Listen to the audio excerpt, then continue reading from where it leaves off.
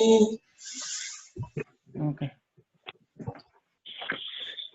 Okay வணக்கம்ங்க. வணக்கம். வணக்கம். இன்றைக்கு முதல் நிகழ்வா திருமதி ஷம்மு ரவி அவர்களுடைய சங்க இலக்கியத்தில் தமிழர் வாழ்வியல் பண்புகள் அப்படின்ற தொடர் சொற்பொழிவுல முதல் பகுதி. ஆரம்பிக்கலாங்க? ஆரம்பிக்கலாங்க. வணக்கம். நான் சங்க இலக்கியத்துல தமிழர் வாழ்வியல் பண்புகள் பத்தி உங்ககிட்ட பகிர்ந்துக்க போறேன். இன்னைக்கு நான் தேர்ந்தெடுத்த நூல் பட்டினப்பாலை.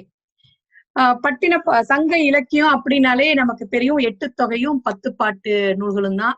இந்த 2 நூல்களுமே கடை சங்க காலத்தை சார்ந்தது. 3 சங்கங்கள் இருந்ததா சொல்றாங்க. முதல் சங்ககால இலக்கண நூல் அகத்தியம், 2வது சங்க காலத்துல தொல்காப்பியம், கடை சங்க காலத்து நூல் தான் 8 தொகையும் 10 பாட்டும். இந்த கடை சங்க காலம் எந்த காலகட்டத்தை சார்ந்தது? பொது ஆண்டுக்கு முன் 3ஆம் நூற்றாண்டுக்கு முதல் பொது ஆண்டுக்கு பின் 3ஆம் நூற்றாண்டு. இங்க பாத்தீங்கன்னா நான் பொது ஆண்டுன்னு பயன்படுத்தி இருப்போம். வழக்கமா நம்ம கிமு கிபின்னு சொல்லுவாங்க. ஏன் நம்ம சமய சார்பான ஒரு வழிபாட்டு ஒரு முறைய சொல்லணும் அப்படின்ட்டு 2018 தமிழக அரசு பொது ஆண்டுங்கிற ஒரு சொல்ல பயன்படுத்த ஆரம்பிச்சாங்க. அது பிஃபோர் காமன் எரா, ஆஃப்டர் காமன் எரா. நம்மளும் இனிமே அதவே பயன்படுத்தலாமே, பொது ஆண்டுக்கு முன் பொது ஆண்டுக்கு பின். சரி, 8 தொகை நூல்களுக்கும் 10 பாட்டு நூலுக்கும் என்ன வித்தியாசம்? 8 தொகை நூல்கள்னா ஒவ்வொரு நூலும் பல புலவர்களால் பாடல்கள் உள்ள தொகுப்பு. 10 பாட்டு ஒவ்வொரு நூலும் ஒவ்வொரு புலவரால் எழுதப்பட்டது. 8 தொகை நூல்கள் என்னன்னா நற்றிணை, குறுந்தொகை, ஐங்குறுநூறு, பதிற்று 10, பரிபாடல், கலித்தொகை, அகநானூறு, புறநானூறு. 10 பாட்டு நூல்கள் திருமுருகாற்றுப்படை, புறநாற்றுப்படை, பெரும்பானாற்றுப்படை, சிறுபானாற்றுப்படை, முல்லைப்பாட்டு, மதுரை காஞ்சி, நெடுநல்வாடை, குறிஞ்சிப்பாட்டு, பட்டினப்பாலை, மலைபடு கடாம். ஏன் நான் இங்க பல விதமான வண்ணங்களால அத உங்களுக்கு குறிப்பிட்டிருக்கிறேன் அப்படின்னா, மஞ்சள் வண்ணத்துல நான் குறிப்பிட்ட நூல்கள் எல்லாமே அகத்திணை நூல்கள்.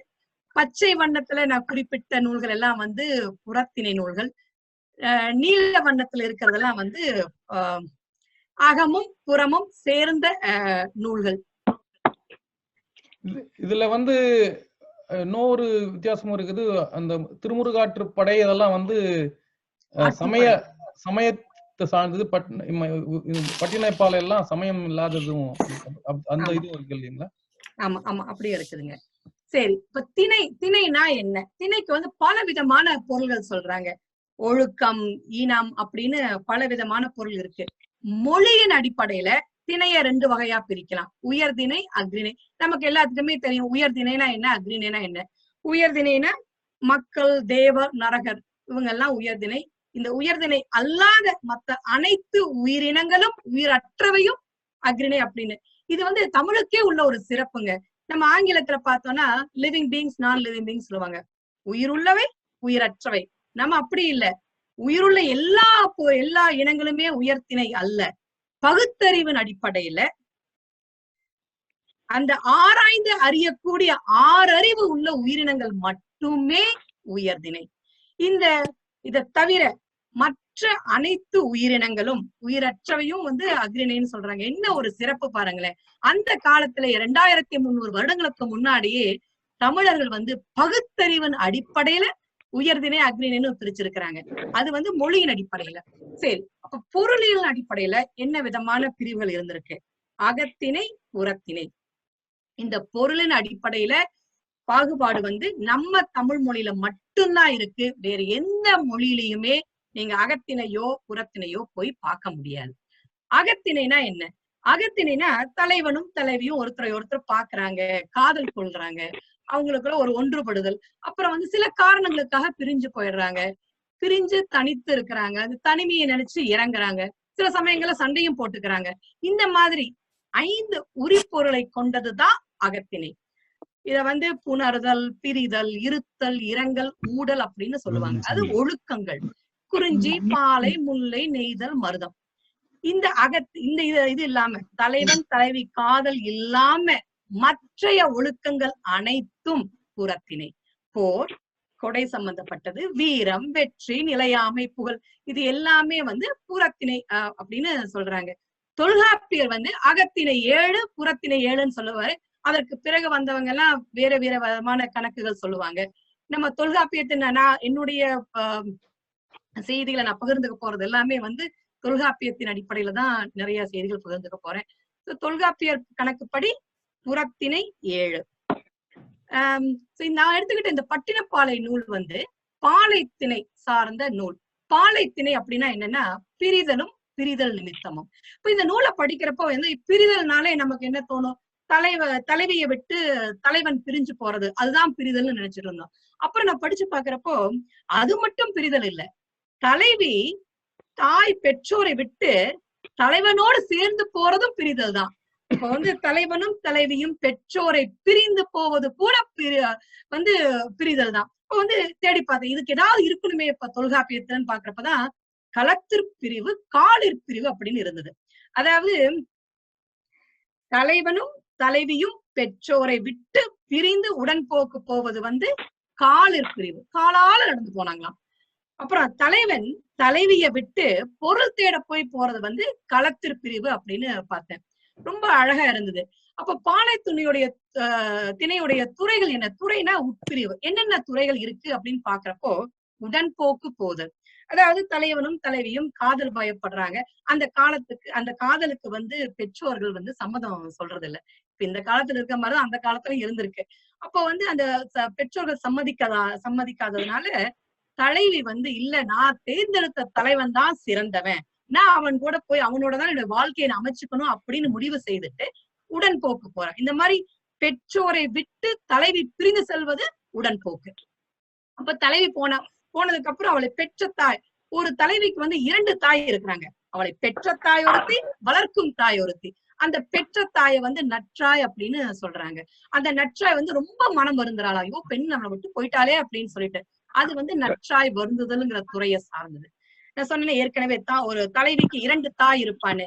பெற்றவள் வளர்க்கும் தாய், அந்த வளர்க்கும் தாயை வந்து செவிலி தாய் அப்படின்னு சொல்றாங்க. அந்த செவிலிக்கு வந்து ஐயோ மகள் விட்டு போனது தாங்க முடியல, அவளை தேடி போறா, அது வந்து செவிலி மகளை தேடி செல்லல்ங்கிற துறையை சார்ந்தது. அப்புறம் தலைவன் வந்து கற்ப வாழ்க்கையிலயோ இல்ல களவு வாழ்க்கையிலயோ பொருள் தேட போறான். பொருள் தேடணும்னு நினைக்கிறான், பொருள் தேடவும் போவான். அப்படி அவன் பொருள் தேட போகணும்னு நினைக்கிறப்போ அவனை வந்து போக வேண்டான்னு தலைவியோ இல்ல தோழியோ, சில சமயங்கள்ல தலைவனே வேண்டாம் அப்படின்னு முடிவு பண்ணி அந்த பயணத்தை தடுத்து, அதான் செலவு அப்படின்னா பயணம், அழுங்குவித்தல்னு தவிர்த்து விடல், அந்த பயணத்தை தவிர்த்து விடல் வந்து செலவு அழுங்குவித்தல்ங்கிற துறையை சார்ந்தது. இது எல்லாமே தாண்டி தலைவன் வந்து பொருள் தேட போவான். அப்படி போறப்ப தலைவி ரொம்ப மனம் வருத்தப்பட்டு ரொம்ப கவலையா இருப்பா. அப்ப வந்து அந்த தலைவியை வந்து தோழி சமாதானப்படுத்துவா. அதாவது தலைவி ஆற்றுவித்தல்ங்கிற துறையை சார்ந்தது. சரி, எதுக்கு இதெல்லாம் சொன்னேன்? பட்டினப்பாலை பாலைத்திணை நூல். பட்டினப்பாலையுடைய துறை வந்து செலவு அழுங்குவித்தல்ங்கிற துறையை சார்ந்தது. இந்த பட்டினப்பாளைய நூலை பாடியவர் வந்து கடியலூர் உருத்திரங்கண்ணனார். இந்த உருத்திரங்கண்ணனார் வந்து கடியலூர் வந்து அவருடைய ஊருடைய பெயரு, உருத்திரன் தந்தையாருடைய பெயர், கண்ணன் என்பது அவருடைய பெயர். இந்த ஆர் அப்படிங்கறத வந்து மரியாதைக்காக போட்டிருக்கிறாங்க. பாருங்களேன், அந்த காலத்திலேயே first name last name concept எல்லாம் நம்ம சங்க இலக்கியங்கள்ல இருந்திருக்கு. இப்ப படிக்க பாக்குறப்போ ரொம்ப ஆச்சரியமா இருந்தது. இந்த புலவர் கடியலூர் உருத்திரங்கண்ணனார் வந்து பட்டினப்பாளையை தவிர பெருமானாற்றுப்படை நூலையும் எழுதியிருக்கிறாரு. பெருமானாற்றுப்படை இன்னொரு 10 பாட்டு நூல். அதனுடைய யாருக்காக எழுதினார்னா தொண்டைமான் இளந்தரையனுக்காக எழுதியிருக்கிறாரு. இதை தவிர அகநானூறுல ஒரு பாடலும் குறுந்தொகையில ஒரு பாடலும் வந்து எழுதியிருக்கிறாரு. இந்த 2 பாடல்களுமே பாலைத்திணை நூல். இப்ப இதை பாக்குறப்போ ஒரு ஆசிரியருக்கு பாலைத்திணைனா ரொம்ப பிடிச்சிருக்குமோ அப்படின்னு தோணுது. இந்த பட்டினப்பாளையில வந்து மொத்தம் 301 அடிகள். அந்த 301 அடிகள்ல 261 அடிகளில் அவரு காவிரி ஆற்றோட சிறப்பை சொல்லியிருக்கிறாரு. காவிரி ஆறு பாய்ந்தா ஓடும் சோழ நாட்டின் சிறப்பை சொல்லியிருக்கிறாரு. சோழ நாட்டின் தலைநகரமான காவிரி பூம்பட்டினத்தோட சிறப்பை சொல்லியிருக்கிறாரு. பாட்டுடை தலைவனுடைய சிறப்புகள் எல்லாம் விவரிச்சிருக்கிறாரு. மீறி இந்த 40 அடிகள்ல தான் வந்து அந்த பாலை ஒழுக்கம், எதுக்காக பொருள் தேட போகணும், பொருள் தேடுறதை விட எது சிறந்ததுங்கிறதெல்லாம் வந்து விவரிச்சிருக்கிறாரு. இந்த சங்க இலக்கியங்கள்ல பெரும்பான்மையான நூல்கள் எல்லாமே வந்து ஆசிரியப்பா வகையை சார்ந்தது. 4 விதமான பா வகைகள் தெரியும் இல்லையா? ஆசிரியப்பா, வஞ்சிப்பா, கலிப்பா, வெண்பா. இந்த பட்டினப்பாலை வந்து வஞ்சி அடிகளும் ஆசிரிய அடிகளும் கலந்த ஒரு இன்னிசை பாடல். இத வந்து வஞ்சி நெடும்பாட்டு அப்படின்னு சொல்லுவாங்க. சரி, இதெல்லாம் சொல்லியாச்சு. யாரு தலைவன்? கதாநாயகன் யாரு? பாட்டுடை தலைவன் வந்து திருமாவளவன் கரிகார் பெருவளத்தான். இந்த பாடல், இந்த நூல்ல வந்து இந்த ஆசிரியர் அந்த கரிகாலனுடைய சிறப்பு, சோழ நாட்டின் சிறப்பு, காவிரி பாய்ந்தோடும் அந்த காவிரி பூம்பட்டினத்தை பத்தி அவ்வளவு சிறப்பா சொல்லியிருக்கிறாரு. இதெல்லாம் படிக்கும் போது அவருக்கு கரிகால பெருவளத்தானை பத்தி தான் எழுதணும்னு ஒரு எண்ணம் வந்திருக்குமோ அப்படின்னு எனக்கு தோணுச்சு. அப்படி அவர் எழுதி இருந்தாருன்னா இது அகத்திணை நூலா இருந்திருக்காது, புறத்திணை நூலா இருந்திருக்கும். அது வாகைத்திணையை பத்தி புறத்திணை நூலா இருந்திருக்கும். அப்படி இல்லாம அகத்திணையோட சுவைய மத்தவங்களுக்கு சொல்லணுங்கிறதுக்காகவே அவர் வந்து இது அகத்திணை நூலா எழுதியிருக்கிறார். அதுல இன்னொரு நுட்பமும் இருக்கு. தொல்காப்பியர் சொல்லுவாரு, ஒவ்வொரு அகத்திணைக்கும் ஒரு புறத்திணை இணையா இருக்கும், ஒவ்வொரு புறத்திணைக்கும் ஒரு அகத்திணை இணையா இருக்கும்னு சொல்லுவாரு. அப்படி பார்த்தா வாகைத்திணைக்கு இணையான அகத்திணை நூல், அகத்திணை வந்து பாலைத்திணை, வாகைதானே பாளையது புறனேன்னு அப்ப தொல்காப்பியர் சொல்லுவாரு. அதனால அந்த அடிப்படையில இந்த பாளையத்தினை எழுதியிருப்பாரோன்னு எனக்கு ஒரு எண்ணம் வந்தது. என்ன ஒரு நுட்பம் பாருங்களேன். ஒரு அவங்க இதெல்லாம் பார்த்து படிக்கும் போது இந்த மாதிரி ஒரு நுண் அறிவு. நான் வந்து வாகைத்தினை சொல்லணும், ஆனா அது வந்து புறத்திணையில் சொல்லக்கூடாது, எப்படி அகத்திணையில் சொல்றது? அப்ப வாகைத்துணைக்கு இணையான, புறத்திணைக்கு இணையான அகத்திணையில ரொம்ப சுவையா எழுதியிருக்கிறாரு. இந்த பாட்டுடை தலைவன் திருமாவளவன் கரிகார் பெருவளத்தான்னு சொன்னேன். இப்ப இந்த நூலை படிக்கிறப்போ எனக்கு வந்து இன்னும்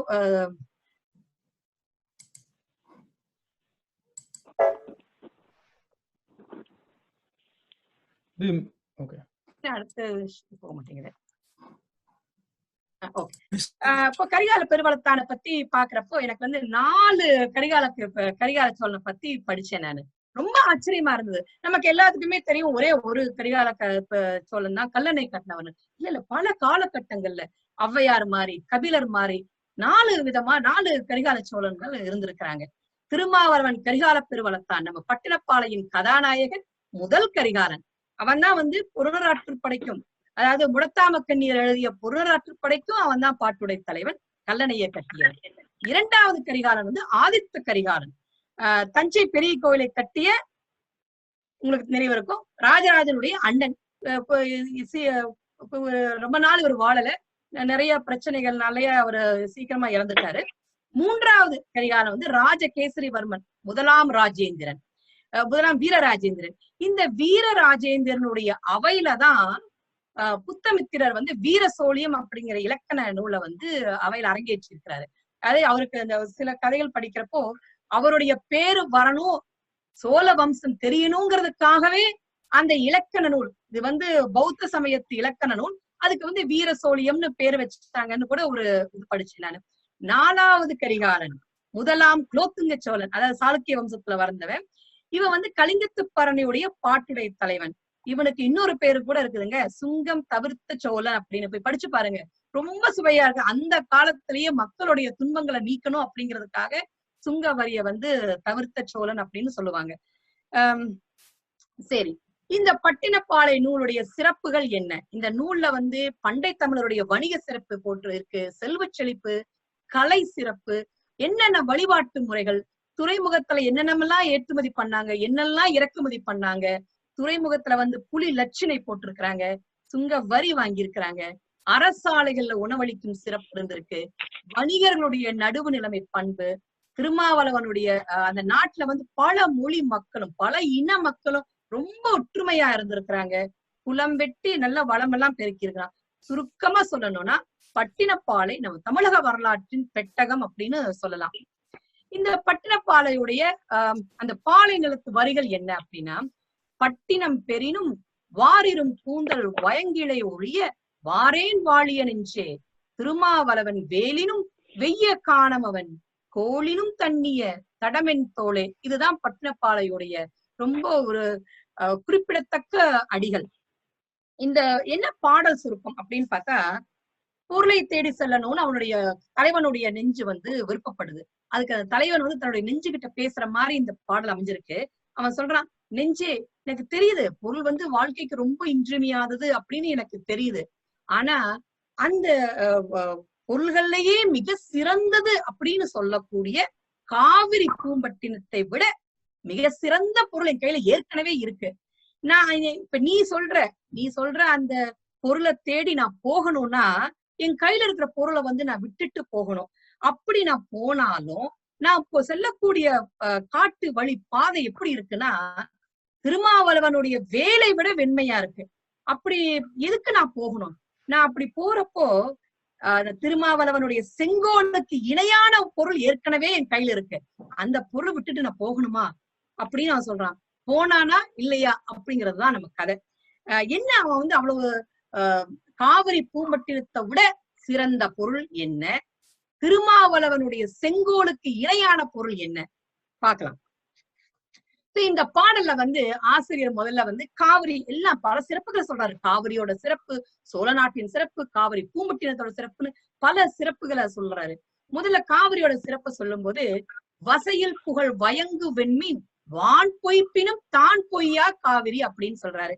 இந்த வசையில் புகழ் வயங்கு வெண்மீன்னா குற்றமில்லாத புகழையுடைய வெள்ளிக்கோள். அது வெள்ளி வந்து எப்பவுமே, வெள்ளினா வீனஸ், வெள்ளி வந்து எப்பவுமே வந்து வடக்கு திசையில தான் இருக்கும். அந்த வடக்கு திசை, அந்த வெள்ளிக்கோள் வந்து வடக்கு திசையை விட்டுட்டு தெற்கு திசையில வந்தாலும் வரலாம். அப்புறம் வந்து என்ன சொல்றாருன்னா, இந்த வானம்பாடிங்கிற பறவை வந்து இந்த மழை பெய்யறதுனால அந்த அந்த முயலுக்கு மழை பெய்யறதுனால நன்றி சொல்லும் பொருட்டும் அந்த மழைக்காகவும் அந்த வானம்பாடி பாட்டு பாடுமா. அப்படி தன்னை பாராட்டி பாடக்கூடிய வானம்பாடிய வந்து மனம் வருந்துமாறு முகில் மழை பெய்யாம கூட இருக்கலாமா. அப்புறம் என்ன சொல்றாரு, இப்படி எல்லாம் இருந்தாலும் குடகுமலையில தோன்ற காவிரி என்னைக்குமே பொய்க்காது அப்படின்னு சொல்றாரு. நம்ம வழக்கமா வந்து அன்றாட வாழ்க்கையில சொல்றது கிழக்க உதிக்கிற சூரியன் மேற்க உதிச்சாலும் அப்படின்னு சொல்லுவோம். ஆனா அந்த காலத்துல என்ன சொல்லி இருக்கிறாங்கன்னா, வசையில் புகழ் வயங்கு வெண்மீன் திசை திரிந்து தெற்கேகினும், வடக்கே இருக்கிற வெள்ளிக்கோள் தெற்கே வந்தாலும் காவிரி பொய்க்காது போகும் அப்படின்னு சொல்றாங்க. இதுல வந்து ரொம்ப சுவாரஸ்யமான ஒரு நிறைய கருத்துக்கள் இருந்தது. வெள்ளி அப்படிங்கறது வந்து வீனஸை குறிக்கும். 2300 வருடங்களுக்கு முன்னரே நம்ம தமிழ் மக்கள் சூரிய குடும்பத்தை பத்தி தெரிஞ்சு வச்சிருக்கிறாங்க. என்ன ஒரு வியப்பான செய்தி பாருங்களேன். அது மட்டும் இல்ல, இந்த சூரிய குடும்பத்துல வந்து நிலவுக்கு அடுத்தது வெள்ளிதான் மிகுந்த ஒளி மிக்க ஒரு கோள் அப்படின்னு சொல்லுவாங்க. இந்த ஒளி மிகுந்து இருக்கிறதுனாலதான் இந்த வெள்ளிய வந்து வியங்கு வெண்மீன் அப்படின்னு சொன்னாங்க. இது அதுக்கப்புறம் விண்மீன், மின்னுதலால் விண்மீனை மீன் என்று சொல்லி இருக்கிறாங்க நம்ம தமிழ் மக்கள். அப்ப வந்து விண்மீன வேற என்னென்ன எல்லாம் பேர் இருக்கு விண்மீன் அப்படின்னு எனக்கு கொஞ்சம் தேடி பார்த்தேன். அப்படி தேடி பார்த்த போறதான் எனக்கு இந்த கவிதை கண்ணில் பட்டுச்சு. எல்லாத்துக்கும் தெரிஞ்சிருக்கும் இந்த கவிதை. திங்களோடு செலும் பருதி தன்னோடும் விண்ணோடும் ஒடுக்கலோடும் மங்குள் கடல் இவற்றோடும் பிறந்த தமிழுடன் பிறந்தோம் நாங்கள். நினைவிருக்கா யாருடைய கவிதை அப்படின்னு? ஆமாங்க, நம்ம புரட்சி கவிஞருடைய பாரதிதாசன் கவிதை தான் இது. இதுல வந்து திங்கள்னா நமக்கு என்னன்னு தெரியும், நிலவு. செலும் பருதினா சூரியன்னு தெரியும். விண்ணோடும்னு சொல்லி இருக்கிறாரு, அதுவும் தெரியும். உடுக்கல் அப்படின்னா என்ன? உடுக்கல்னா விண்மீன்கள். மங்குல் அப்படின்னா மேகம். அதாவது இந்த மாதிரி இயற்கையோடு பிறந்த தமிழை தாய்மொழியா நம்ம வச்சுட்டு இருக்கிறோம்னு சொல்றோம். என்ன ஒரு அழகு பாருங்க. எல்லாமே இந்த நூல்கள் எல்லாம் சங்க இலக்கியமாகட்டும், பிற்காலத்து இலக்கியங்களாகட்டும், தமிழுடைய சுவை அப்படி தெவிட்டாத இன்பம். அப்புறம் இதுல வந்து நம்ம வானம்பாடியை பத்தி பார்த்தோம். அதை பத்தி கூட கொஞ்சம் நான் தேடி பார்த்தேன். இந்த வானம்பாடி வந்து மழைக்காக பாடும், மழைய வாழ்த்தி பாடும் அப்படின்னு சொல்லியிருக்கிறாங்க. இந்த வானம்பாடியை பத்தி பாக்குறப்ப நிறைய சங்க இலக்கியங்கள்ல இந்த வானம்பாடியை பத்தி நிறைய செய்திகள் வந்து பார்த்தேன் நானு. துளி நசை வேட்கையான் மீசை பாடும் புல் அப்படின்னு கலித்தொகையில வந்திருக்கு. துளி நசை புல்னு புறநானூறுல வந்திருக்கு. வானம்பாடி வரங்களை தானா தளித்துளி தலைய புறவெருன்னு 500 வந்திருக்கு. இந்த வானம்பாடி மாதிரியே இன்னொரு பறவையும் இருக்கு, சாதக பறவை. இந்த சாதக பறவையும் மழை நீரை உண்டே வாழும் அப்படின்னு படிச்சேன். இந்த சாதக பறவை பத்தியும் வந்து இலக்கியங்கள் இருக்கு, பிற்கால இலக்கியங்கள் இருக்கு. திருமுறைகள்ல முதலாம் திருமுறை திருஞான சம்பந்தர் எழுதிய திருமுறையில 66வது பதிகத்துல விண்ணாந்த சாதகஞ்சேர் பாலை நீர் சேர் சண்பை நகராரேன்னு ஒரு குறிப்பு இருக்கு. அப்புறம் சேக்கிழார் பிள்ளை தமிழ்ல சாதக பறவை திரும்புயல் துளியும் சகோரத்தினுக்கு திக்கும் அப்படின்னு ஒரு அடி இருக்கு. இந்த மாதிரி சாதக பறவையும் மழைநீர் அருந்தி வாழக்கூடிய பறவை, வானம்பாடியும் மழைநீர் அருந்தி வாழக்கூடிய பறவை. ஆனா 2 பறவைகளும் வேறு வேறு பறவைகள். இது ரெண்டும் ஒரே பறவைன்னு சில பேரு சொல்றாங்க. அது அந்த இது சரியான கருத்து கிடையாது. நம்ம இந்த சாதக பறவை பத்தி இந்த கால திரைப்படங்கள்லயும் நிறைய பாடல்கள் வந்திருக்கு. தேடி பார்த்தப்ப ரொம்பவுமே ஆச்சரியமா இருந்தது. ஏ.ஆர். ரகுமானோட இசையில வந்த சின்ன சின்ன மலை துளிகள் பாடல்ல கவிஞர் வைரமுத்து சொல்லுவாரு, சக்கரவாகமோ மழையை அருந்துமா, நான் சக்கரவாக பறவை ஆவேனோ அப்படின்னு சொல்லியிருக்கிறாரு. எம்.எஸ். விஸ்வநாதன் அவருடைய இசையில அதிசய ராகம் பாடல்ல கவிஞர் கண்ணதாசன் சொல்லுவாரு, வசந்த காலத்தில் மழை தரும் மேகம், அந்த மழை நீர் அருந்த மனதினில் மோகம், இசையினும் அமுதினில் அவள் ஒரு பாகம், இந்திரலோகத்து சக்கரவாகம். இந்த மாதிரி பாடல் வரிகள் சாதக பறவையை பத்தி குறிக்குது. இதெல்லாம் பாக்குறப்போ வானம்பாடியும் சக்கரவாக பறவையும் வேறு வேறு பறவைங்கிறது நல்லா நமக்கு தெரிய வருது. அடுத்தது மருத நிலத்தை பத்தி, காவிரியை பத்தி சொல்லிட்டாரு. அடுத்து மருத நிலத்தை பத்தி சொல்றாரு. கார்கரும்பின் கமல் ஆலை தீத்திருவின் கவின்வாடி, அதாவது சர்க்கரை ஆலைகள் இருக்கான். அந்த சர்க்கரை ஆலைகள்ல பாகு காய்ச்சுறாங்களாம். பாகு காய்ச்சும் போது அந்த எழும் புகையினால அந்த நெய்தல் மலர்கள் வாடி போகலாம். அப்புறம் காவிரியில எப்பவுமே கோடை காலத்திலயும் வற்றாம நீர் வர்றதுனால நல்ல கழனிகள்லாம் நல்லா விளைஞ்சு நல்லா இருக்குது அப்படின்னு சொல்றாரு. மோட்டெருமை முழுக்குளவி, அதாவது நல்லா விளைஞ்ச அந்த செந்நெல் கதிர்களை நல்லா சாப்பிட்டுட்டு நம்ம எருமை மாடுகள்லாம் நல்ல பால் கறக்குது. அந்த பாலை குடிச்சிட்டு எருமை கன்றுகள் எங்கேயும் போகாம அங்கேயே சுத்திட்டு இருக்கு அப்படின்னு சொல்றாரு. அப்புறம் கோள் தெங்கின் குலைவாளை காய்கமுகின் கமல் மஞ்சள் இனமாவின் இனற்பெண்ணை முதல் சேம்பின் முளை எஞ்சி, நல்ல செழிப்பு, நல்ல ஒரு நிலவளம் நல்லா இருந்ததுனால தென்னை மரம், வாழை மரம், கமுகு, மஞ்சள், மா, பனை, சேம்பு இஞ்சில நல்ல செழித்து வளர்ந்திருக்கு அப்படின்னு சொல்றாரு. சும்மா செழிப்பு வளர்ந்திருக்கு சொல்லல, என்ன சொல்றாரு, குலை குலையா கோள் தெங்கின் குலை குலையா தென்னை மரம், குலை வாழை குலை குலையா வாழை மரம், நல்ல காய்க்கிற கமுகு மரம், கமழ்கின்ற மஞ்சள், இனமாவு மாமரம் தனியா ஒண்ணும் வளரலையா, தன்னோட இனத்தோடு சேர்ந்து நல்லா வளர்ந்துருக்கு. அப்புறம் இனற்பெண்ணை, அதாவது நல்ல குலை குலையா பனை மரங்கள், முதல் சேம்புனா கிழங்கோடு சேர்ந்த சேம்பு, முளையுடைய இஞ்சி, இதெல்லாம் நல்லா செழித்து வளர்ந்திருக்கு அப்படின்னு சொல்றாரு. இத படிச்சு பாக்குறப்போ அந்த காலத்திலேயே சர்க்கரை ஆலைகள் இருந்திருக்குதுன்னு தெரிய வருது நமக்கு. என்ன ஒரு சிறப்பு பாருங்களேன், 2300 வருடங்களுக்கு முன்னாடியே தமிழகத்துல சர்க்கரை ஆலைகள் இருந்திருக்கு. கோடை காலத்திலயும் விளைச்சல் இருந்திருக்குது. நிலவளம், நாட்டு வளம் நல்லா இருந்திருக்குது. நன்கு செழித்த மலரங்கள் நல்லா வளர்ந்திருக்குது அப்படின்னு நமக்கு தெரிய வருது. அடுத்து சோழ நாட்டின் சிறப்பை சொல்லும் பொழுது என்ன சொல்றாருன்னா, அகழ்நகர் வியன்முற்றத்து சுடர்நுதல் மடநோக்கின், அதாவது அந்த முற்றத்துல நல்ல செல்வ செழிப்பு நிறைந்த வீடுகள், அந்த வீடுல முற்றத்துல நெல்லு காய போட்டிருக்காங்க. அந்த நெல்லை சாப்பிட வர்ற கோழிகளை பெண்கள் எப்படி விரட்டுறாங்கன்னா, தங்க காதுல இருக்கிற பொன்னாலான மகர குலைகளை கலட்டி வீசி விரட்டுறாங்களாம் அந்த கோழிகளை. அந்த பெண்கள் விரட்டுறப்போ இந்த சின்ன சின்ன சிறு குழந்தைகள் பொன் சிலம்ப கால்ல போட்டுக்கிறாங்க. அந்த குழந்தைகள் நம்ம சொல்லுவோம் நடவண்டி அப்படின்னு சொல்லுவோம், 3 சக்கரம் வச்சு அந்த நடவண்டியை ஓட்டி விளையாண்டுட்டு இருக்காங்க. அந்த நடவண்டிக்கு அந்த பெண்கள் தூக்கி எறிஞ்ச அந்த குலைதான் இடரா இருக்குதான், வேற எந்த வித இடரும் இல்லையா. விலங்கு பகை அல்லது கலங்கு பகை அறியா, வேற எந்த விதமான பகையும் சோழ நாட்டுல கிடையாது. அந்த குலைகள் தான் அந்த தேரை தடுக்குது, சின்ன பசங்க ஓடி விளையாடுற நடை தேரை தடுக்குது அப்படின்னு சொல்லியிருக்கிறாங்க. அதாவது செல்வ செழிப்பு, பெண்கள் காதுல போட்டுக்கிற குலைய கழட்டி தூர வீசி அந்த கோழிகளை விரட்டுற செல்வ செழிப்பு, எந்த வித பகையும் இல்லாதது. அப்புறம் இங்க கவனிச்சீங்கன்னா மடநோக்கின்னு சொல்லியிருப்பாரு, அது பெண்களுக்குரிய 4 வகை குணம். இது கொஞ்சம் தேடி பார்த்து பெண்களுடைய 4 வகை குணங்கள் என்ன அப்படின்னு, அச்சம், மடம், நாணம், பயிர்ப்புங்கிறது நமக்கு தெரியும். ஆனா தொல்காப்பியர் 3 தான் சொல்றாரு, அச்சம், மடம், நாணம். இந்த பயிர்ப்புங்கிறது பிற்காலத்துல சேர்த்து இருக்கலாங்கிற ஒரு எனக்கு தோணுச்சு. இந்த அச்சம் அப்படின்னா என்ன, அச்சம்னா நம்ம அஞ்சுவதற்கு அஞ்சுதல் அச்சம். இந்த மடம்னா நினைச்சுப்போம், ஐயோ பெண்களுக்கெல்லாம் மடம் சொல்றது ரொம்ப அவங்களை குறைவா சொல்லுது அப்படின்னு. இல்ல, நீங்க உற்று பாத்தீங்கன்னா அதனுடைய பொருள் மடம் அப்படின்னா அவங்களுக்கு நல்ல அறிவு இருந்தாலும் மற்றவங்க சொல்றதையும் கேட்டுக்கிறது. தந்தை, தாய், கணவன் இவங்க சொல்றதையெல்லாம் கேட்டு நடந்துக்கிறது. அப்புறம் வந்து கொழுத்து கொண்டு கொண்டது விடாமை அப்படின்னு மடத்துக்கு பொருள் சொல்லுவாங்க.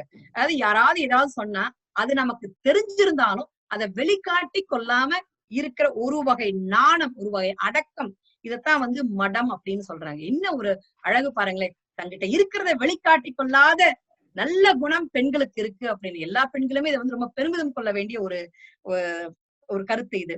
அப்புறம் நாணம்னா தெரியும் நமக்கு, வெட்கம். பயிர்ப்பு அப்படிங்கிறது வந்து தனக்கு பழக்கம் இல்லாத, அறிமுகம் இல்லாதன்னு ஒதுங்கி நிற்கும் மனப்பாங்க. பயந்து இல்ல, வேண்டான்னு ஒதுங்கி நிற்கிற மனப்பாங்க. இதெல்லாம் இருந்தாலும் அப்ப பெண்கள்னா இது மட்டும்தானா அப்படின்னு பார்த்தா இல்ல. சங்க இலக்கியங்கள்ல நிறைய நிறைய கருத்துக்கள் இருக்கு. இந்த ஈஞ்சு புறந்தருதல் என் தலை கடமை, இந்த மாதிரி ஒவ்வொருத்தருக்கும் ஒவ்வொரு கடமை அப்படின்னு புறநானூறு 313வது பாடல்ல சொல்லியிருப்பாங்க. ஒவ்வொருத்தருக்கும் என்ன கடமை. நல்ல வலிமையான நல்ல வலிமையான வலிமையான மக்களை பெற்றுத் தருவது தாயின் கடமை. அப்புறம் தந்தைக்கு என்ன கடமை, அரசனுக்கு என்ன கடமை, மகனுக்கு, பிறந்த மகனுக்கு என்ன கடமை அப்படின்னு அந்த புறநானூறு பாடல்ல இருக்கு. இது மட்டும் இல்லாம பெண்கள் வந்து வீரம் இல்லாதவர்களாகவும் போர்க்குணம் இல்லாதவர்களாகவும் இருந்ததில்லை. இரண்டுமே இருந்திருக்காங்க. வீரம் உள்ளவர்களாகவும் இருந்திருக்கிறாங்க, போர்க்குணம் உள்ளவர்களாகவும் இருந்திருக்கிறாங்க. நமக்கு எல்லாத்துக்குமே தெரியும் இந்த புறநானூறு பாடல் இல்லையா.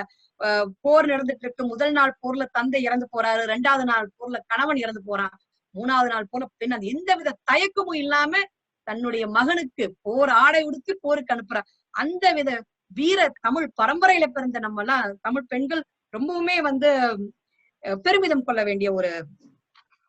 வேணும்.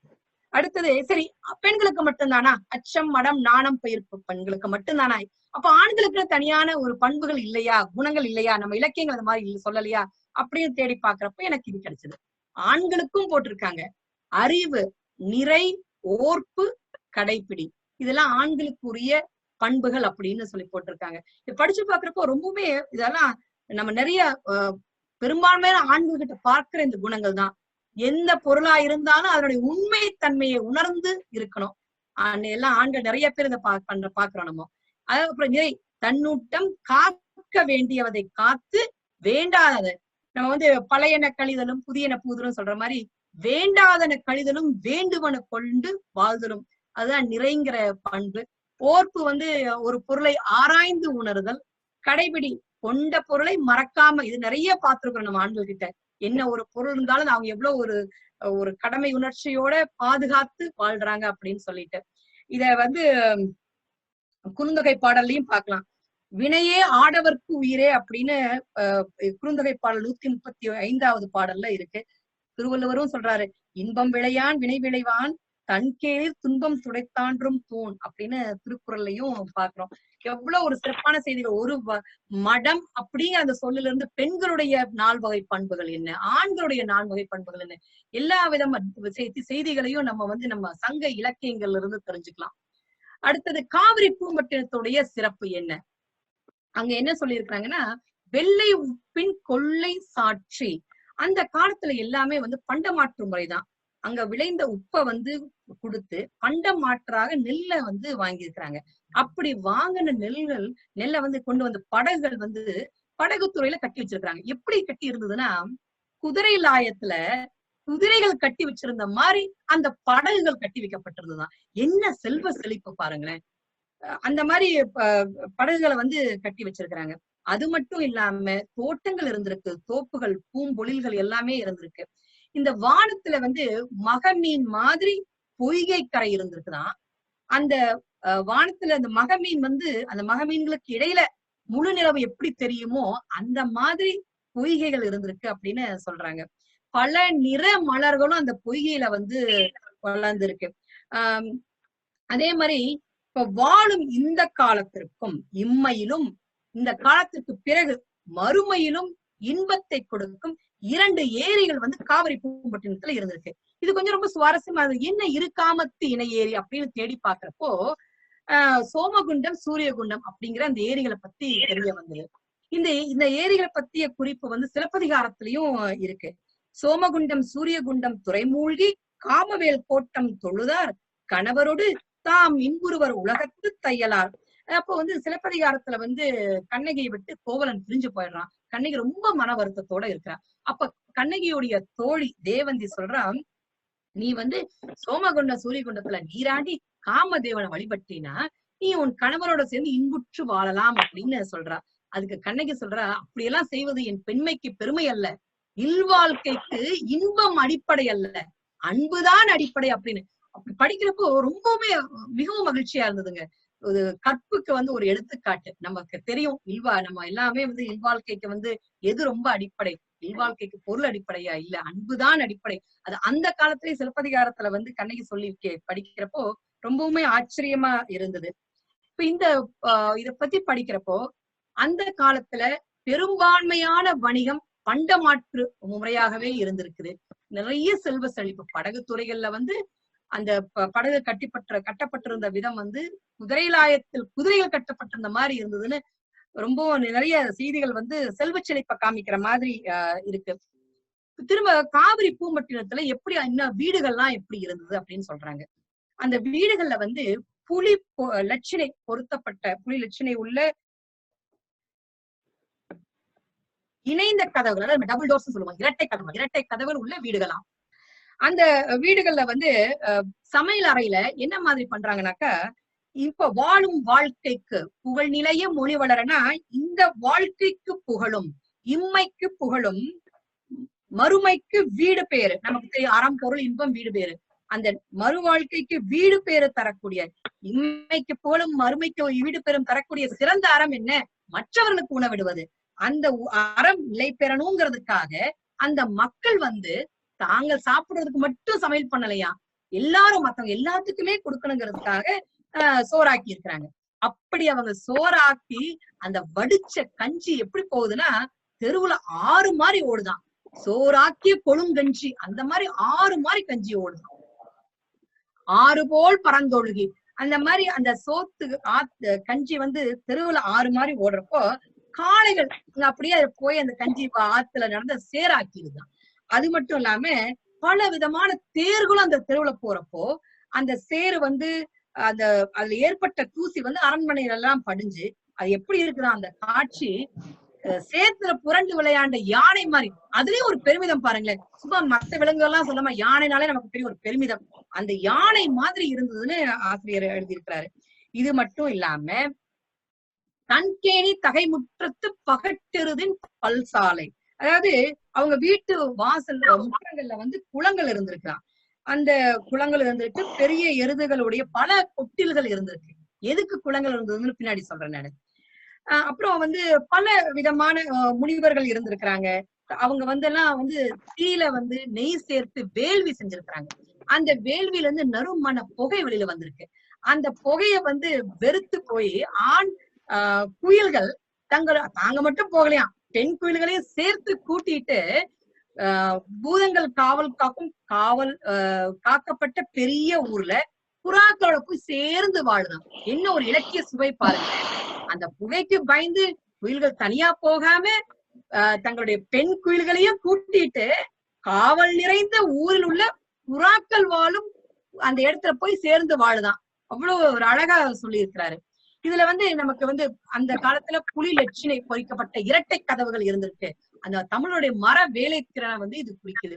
செல்வ செழிப்பு, சோறு வடிக்கிற கஞ்சி தெருவெல்லாம் போற மாதிரி ஆறா ஓடுற மாதிரி அவ்வளவு ஒரு செல்வ செழிப்பு. அதுவும் நம்ம சொல்லுவோம் எல்லாத்துலயுமே சிறந்த அறம் மற்றவர்களுக்கு உணவிடுவதுதான். அந்த அறத்தை வந்து அவங்க வந்து செயலாக்கி இருக்கிறாங்க. நான் சொன்னேன் இல்லையா, இந்த தன்கேணி தகைமுற்றத்து பகட்டெருதுன்னு பலசாலை அப்படின்னு. அதாவது ஒவ்வொருத்தர் வீட்லயும் முற்றத்துல வந்து ஒரு சின்ன குளம் இருக்கும் அப்படின்னு. எதுக்காக குளம்னா, இந்த எருதுகள் எல்லாம் நல்லா வைக்கோல் நல்லா சாப்பிட்டுட்டு அதுக்கு நீர் வேணும் இல்லையா குடிக்கிறதுக்கு, அந்த நீர் குடிக்கிறதுக்காகத்தான் அந்த குளங்கள் கட்டி வச்சிருக்கிறாங்க. இந்த மக்கள் வந்து மற்றவர்களுக்கு உணவிடுவது மட்டும் அவங்களுடைய எண்ணம் இல்ல. இந்த மாதிரி விலங்கினங்களுக்கும் அதுங்களுடைய தேவை, சாப்பிட்டு கொஞ்சம் தூரம் போய் தேட வேண்டாம், எல்லாம் பக்கத்திலேயே இருக்கணும். அவ்வளவு ஒரு எண்ணங்கள். எருதுகளுக்கும் நீர் குடிக்க நீர் வேணும், அது பக்கத்திலேயே இருக்கணுங்கிறதுக்காக குளங்கள்லாம் வீட்டு முற்றத்திலேயே கட்டி வச்சிருக்கிறாங்க. துறவர சிறப்பு, பலவிதமான பல மதங்களும் பல சமயங்களும் அங்கு இருந்திருக்கு. வேற்றுமையில் ஒற்றுமை, வேள்விகள் அந்த காலத்திலே வேள்விகள் செய்யும் பழக்கம் இருந்திருக்குது. புறா மாடங்கள் இருந்திருக்கு. இந்த ஆண் குயில்கள் பெண் குயில்களை கூட்டிட்டு போய் புறா மாடங்கள்ல போய் வாழ்ந்திருக்கு அப்படின்னு ஆசிரியர் எழுதியிருக்காரு. புறா மாடங்கள் அந்த காலத்திலயும் இருந்திருக்கு. என்ன ஒரு அவங்களுடைய அற எண்ணங்கள், நாம மட்டும் நல்லா இருந்தா பத்தாது, நம்ம கூட இருக்கிற மக்கள் நல்லா இருக்கணும். மக்கள் மட்டும் நல்லா இருந்தா பத்தாது, நம்ம கூட இருக்கிற விலங்கினங்களும் நல்லா இருக்கணுங்கிற எண்ணத்துல அவங்க செய்த செயல்கள்லாம் பாக்குறப்ப ரொம்ப பிரமிப்பா இருந்தது. அடுத்தது காவிரி பூம்பட்டினத்துல வந்து மறவர்கள் என்னென்னலாம் செய்தாங்க. அங்க பல இன மக்கள் வாழ்ந்துட்டு இருந்தாங்க. அவங்க வந்து தங்களுடைய வலிமையை காட்டுறதுக்காக தான், வலிமையை மட்டும் காட்டுறதுக்காக கைகளாலும் ஆயுதங்களாலும் பல விதமான விளையாட்டு போர்கள் செய்திருக்கிறாங்க. அப்படி அவங்க விளையாட்டு போர்கள் செய்யும் போது கீழே விழுந்தா அடிபடாம இருக்கணும் அப்படிங்கிறதுக்காக பெரிய மணல் திடல்கள் இருந்திருக்குது. என்ன ஒரு புத்திசாலித்தனம் பாருங்களேன், கீழே விழுந்து அடிபடக்கூடாது அப்படின்னு நம்ம சொல்லுவோம். என்ன கீழே விழுந்தாலும் மீசையில மண் ஒட்டக்கூடாதுங்கிற மாதிரி கீழே விழுந்தாலும் அடிபடக்கூடாதுங்கிறதுக்காகவே பெரிய மணல் திடல்கள் அமைக்கப்பட்டிருந்திருக்குது. இப்படி இவங்க வந்து விளையாட்டு போர்கள் தான் செய்திருக்கிறாங்க தங்களுடைய வலிமையை காமிக்கிறதுக்காக. அந்த போர் செய்த காட்சி எப்படி இருந்ததுன்னா, வானத்துல நாள் மீன்களும் கோல் மீன்களும் இருந்த மாதிரி இருக்குது அப்படின்னு ஆசிரியர் சொல்றாரு. இந்த விளையாட்டு போர்கள் மட்டும் இல்லாம சில பேர் என்ன பண்ணிருக்கிறாங்கன்னா, பனை மரங்களை குறி வச்சு கவன்கர்கள் எடுத்து விளையாடி இருக்கிறாங்க. இப்ப கவன்கற்கள் வச்சு விளையாடுற விளையாட்டு அந்த காலத்திலேயே இருந்திருக்கு. அப்புறம் காவிரி பூம்பட்டினத்துல வந்து 2 விதமான பாக்கங்கள் இருந்திருக்கு. ஒண்ணு வந்து பட்டினப்பாக்கம், மருவூர் பாக்கம் அப்படின்னு. இந்த மருவூர் பாக்கம் வந்து கடல் அருகே நெய்தல் நிலத்தை சார்ந்தது. இந்த பட்டினப்பாக்கம் மருத நிலத்தை சார்ந்தது. இந்த நெய்தல் நில மக்கள் வந்து விரால் மீனை சாப்பிட்டுட்டு இந்த ஆம்பல் மலரை சூடி மகிழ்ந்திருக்காங்க. இந்த வெள்ளை நிறத்துல இருக்கக்கூடிய இந்த ஆம்பல் மலரை சூடி மகிழ்ந்திருக்காங்க. மருத நிலத்து மக்கள் ஆமை இறைச்சிய சாப்பிட்டுட்டு அடப்ப மலரை சூடி மகிழ்ந்திருக்கிறாங்க. இந்த மஞ்சள் வண்ணத்துல இருக்கிறதுதான் அடப்ப மலர். அப்போ வந்து அந்த காலத்துல ஒவ்வொரு நிலப்பகுதியிலும் ஒவ்வொரு விதமான உணவு வகைகள், ஒவ்வொரு விதமான மலர்கள்லாம் சூடி இருக்கிற நிலைமை இருந்திருக்கு. அடப்ப மலர் முருகனுக்கு உகந்த மலர். அடப்ப மலரை சூடி மகிழ்ந்து இருக்காங்க. அதான் நான் சொன்ன மாதிரி கீழே விழுந்தாலும் அடிபடக்கூடாது, எல்லோருமே ஓரின மக்கள் அப்படிங்கிற ஒரு எண்ணம் கவன்கற்கள் இருந்து விளையாடி இருக்கிறாங்க. இது காவிரி பூம்பட்டில் இருந்த குடியிருப்பு எப்படி இருந்தது அப்படின்னு பார்த்தா, குடியிருப்புல உரைக்கிணறுகள் இருந்திருக்கு. உரைக்கிணற்று புறச்சேரி உரைக்கிணறுகள் இருந்திருக்கு. உரைக்கிணறுகள்னா என்னன்னு திரும்ப சொல்றேன் அப்புறமா. அப்புறம் பரல் பன்றி பல்கோழி ஏழகத்தகரோடு சிவல் விளையாட, அதாவது பன்றி, கோழி, ஆட்டுக்கிடாய், கௌதாரி இதெல்லாம் வந்து சேர்ந்து விளையாண்டு இருக்கலாம். விலங்கினங்களுக்குமே ஒரு ஒற்றுமை இருந்திருக்கு அப்படின்னு சொல்றாரு. இதுல இன்னும் நிறைய சிறப்பு கருத்துக்கள் இருக்கு. பன்றியும் கோழியும் வந்து உணவுக்காக வளர்க்கப்படணும், அதை முதல்ல தனியா சொல்லியிருக்கிறாரு. ஆட்டுக்கிடாய்களும் கௌதாரிகளும் போருக்காக வளர்க்கப்படுவது, அதை தனியா சொல்லியிருக்கிறாரு. சரி, இதுல பரன்னா நம்ம கேள்விப்பட்டிருக்கிறோம். நம்ம பரன்ல சாமா வைப்போம். பரன்னா நமக்கு என்னன்னு தெரியும். பரல்னா என்ன அப்படியே தேடி பாக்குறப்பதான் எனக்கு நமக்கு என்ன கேள்வி இருந்தாலும் தொல்காப்பிய தேடி பார்த்தா விடை இருக்குங்க. பரல்னு தேடி பாக்குறப்போ தொல்காப்பிய நூற்பா கண்ணப்பட்டுச்சு. தொல்காப்பியர் சொல்றாரு, மரபியல் நூற்பா 559 சொல்றாரு, நாய், பன்றி, புலி, முயல் இதனுடைய குட்டிய வந்து நீங்க இதனுடைய சிறிய குட்டிய வந்து குருளை அப்படின்னு சொல்லலாம், இல்ல பரல்னு அப்படி சொல்லலாம். அப்ப பரல்ங்கிறது வந்து பன்றி குட்டிய வந்து இங்க குறிக்குது. நாயே பன்றி புலிமுயல் 4 ஆயுங்காலை குருளை என்ப நரியுமற்றே நாடினர் கொழினே குட்டியும் பரலும் கூற்றுவன் வரையார் அப்படின்னு தொல்காப்பியர் சொல்றாரு. என்ன ஒரு அழகான சொல் பாருங்களேன், பரல் அப்படிங்கிறது. அப்புறம் இன்னொன்னு சொல்ல எனக்கு கல்பட்டுச்சு, சேரி அப்படிங்கிறது. இந்த காலத்துல நமக்கு சேரினா அதனுடைய பொருள் என்னன்னு ஒவ்வொருத்தரும் ஒரு விதமா சொல்லுவாங்க. ஆனா அந்த காலத்துல சேரி அப்படின்னா சேர்ந்து வாழும் இடத்தை குறிக்குது. வேற பொருள் அது வந்து பயன்படுத்தப்படல. சரி, உரைக்கிணறுகள்னா என்ன? இது வந்து நம்ம தமிழர்களுடைய தொழில்நுட்பத்தை காண்பிக்கக்கூடிய ஒரு சொல்.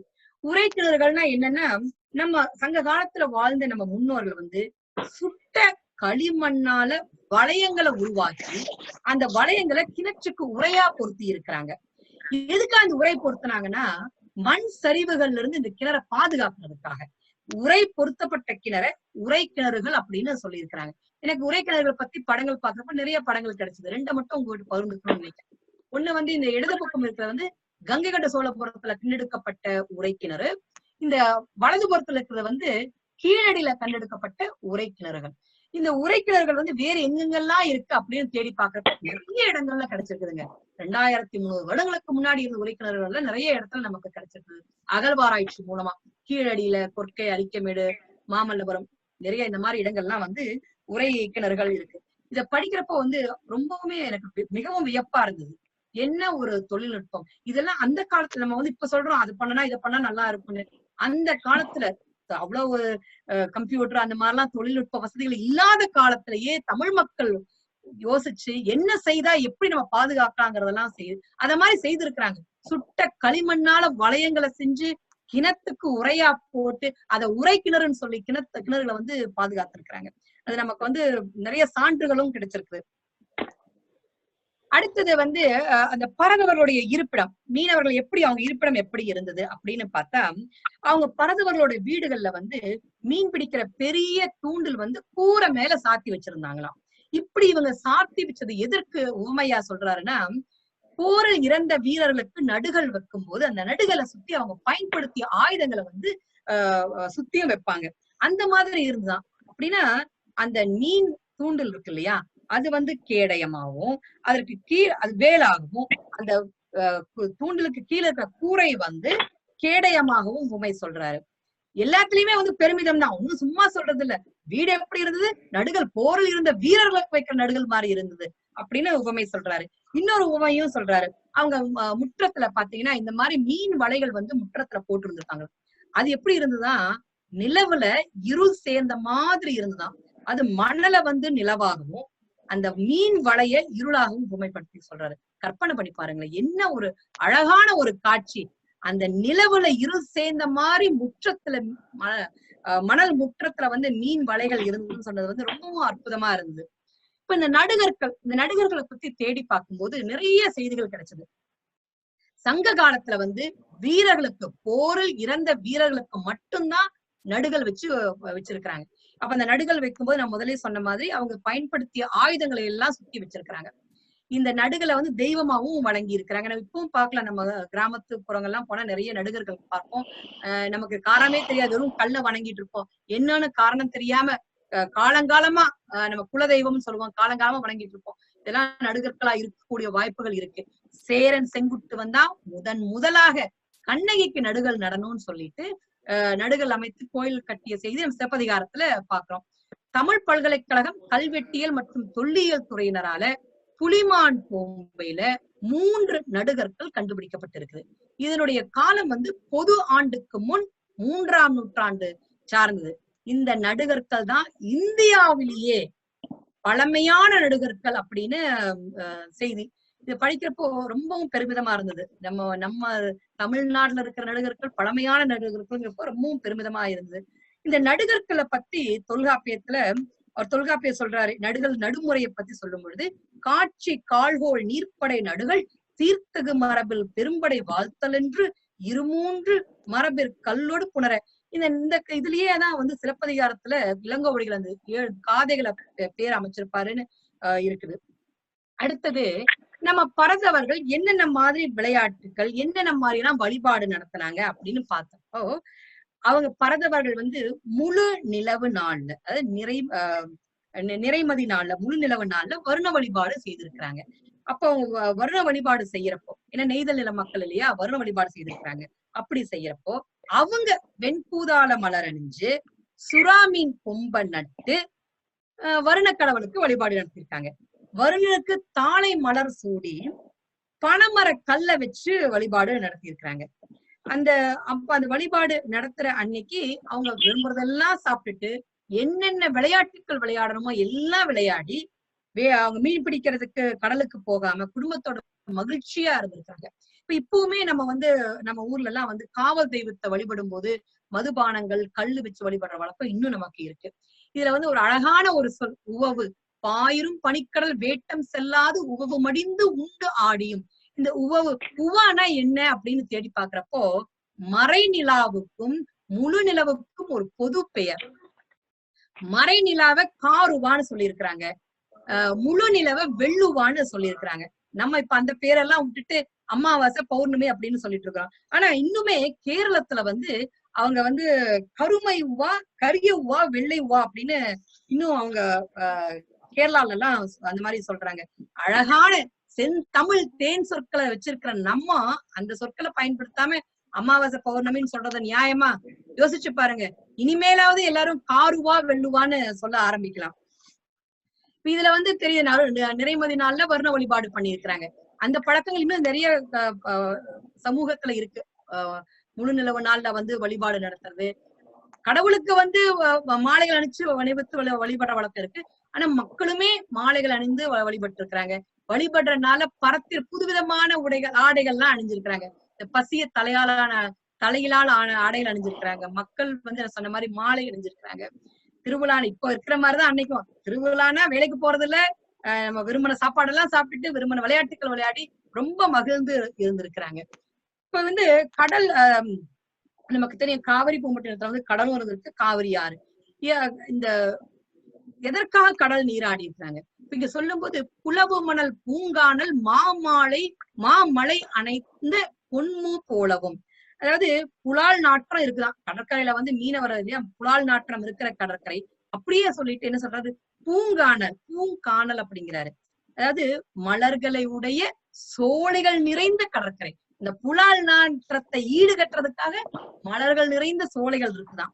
இதெல்லாம் சொல்லிட்டு பெரிய மலையை அணைத்த முகிலை போல், அந்த மலை வந்து எப்படி பெரிய மலையை அணைத்த முகில் போல மக்கள் வந்து கடல்ல நீராடுறாங்க.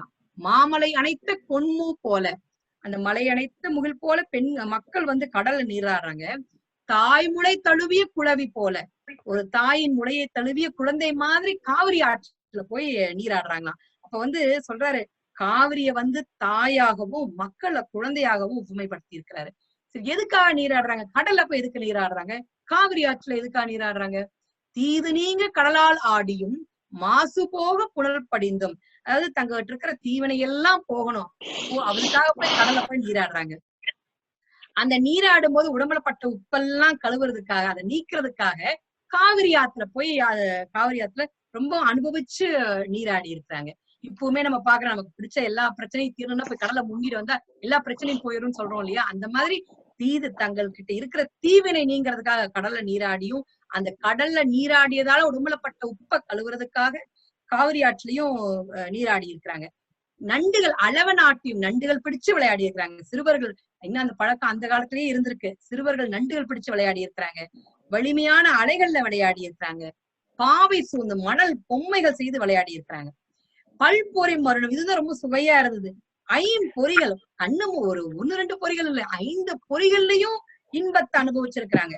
கண்டு கேட்டு உண்டு உயிர்த்து உற்று 5 புலன்களிலும் இன்பத்தை அனுபவிச்சிருக்கிறாங்க. அந்த காலத்துல எவ்வளவு ஒரு மகிழ்ச்சியா ரொம்ப அனுபவிச்சு வாழ்ந்திருக்கிறாங்க. இந்த காவிரி ஆற்றுல இரவு நேரத்துல என்னென்னலாம் நடந்திருக்கு?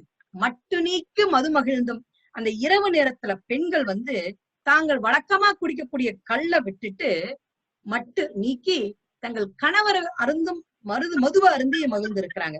பெண்கள் கல்ல குடிக்காம மது அருந்தி இருக்கிறாங்க. பெண்கள் வந்து தாங்கள் சூட வேண்டிய மலர் மாலையை ஆண்களுக்கு சூடி, ஆண்கள் சூட வேண்டிய மலர் மாலையை தாங்கள் சூடி இருந்திருக்கிறாங்க. காவிரி பூம்பட்டினத்துல இரவு நேரத்துல சில கடை விளக்குகள் மட்டும்தான் எரிஞ்சிட்டு இருக்குமா. இந்த காலத்துல இருக்கிற மாதிரியுமே கடைவீதிகள் எல்லாம் பார்த்தா எல்லா கடை விளக்குகளும் நேரத்துக்கு தகுந்த மாதிரி எரியது இல்ல. அந்த காலத்துல வந்து சில கடை விளக்குகள் மட்டும்தான் எரிஞ்சிட்டு இருக்குமா. அந்த எரிஞ்சிட்டு இருக்கிற விளக்குகளை பார்த்தே பரதவர்கள் நேரத்தை சொல்லிடுவாங்களாம், என்ன நேரம் அப்படிங்கறத சொல்லிடுவாங்களாம்.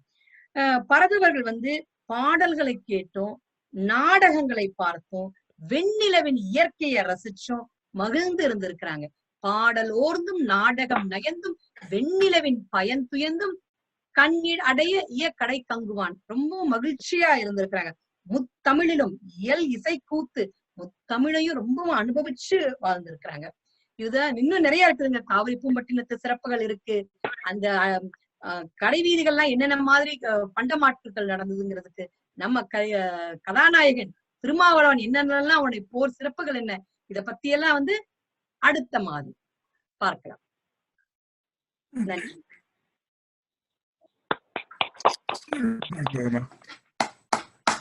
ரொம்ப சிறப்புங்க. அதே மாதிரி கரெக்டா 45 நிமிஷம் இருந்தீங்க, 45 நிமிஷத்துல முடிச்சிட்டீங்க. ரொம்ப நன்றி. விஷுவல்ஸ்லாம் ரொம்ப எலாபரேட்டா எக்கச்சக்கமான விஷுவல்ஸ் இருந்தது.